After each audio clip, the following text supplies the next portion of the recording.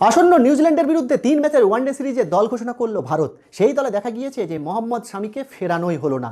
মোহাম্মদ শামি দুর্দান্ত ঘরোয়া ক্রিকেটে পারফরমেন্স করা সত্ত্বেও তাকে ফেরানোই হলো না। তাহলে কি 2027 বিশ্বকাপে তাকার ভাবা হচ্ছে না? এই দলে 15 জনের যে স্কোয়াড রাখা হয়েছে সেই দলে দেখা গিয়েছে যে মোহাম্মদ সিরাজকে রাখা হয়েছে, শ্রেয়াস আয়ারকে রাখা হয়েছে ভাইস ক্যাপ্টেন হিসেবে।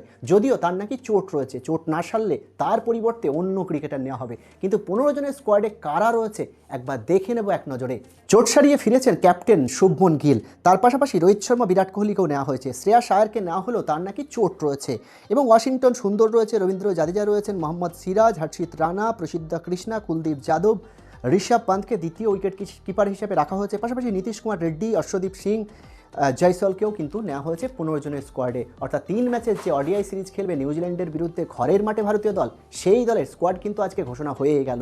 বলা যেতেই পারে যে মোহাম্মদ শামিকে আর ভাবাই হচ্ছে না ভারতীয় দলে, কোনো ফরম্যাটেই আর জায়গা হচ্ছে না বাংলার এই পেসারের। ভারতের এই স্কোয়াড নিয়ে আপনারা কি খুশি? কমেন্ট করে জানান।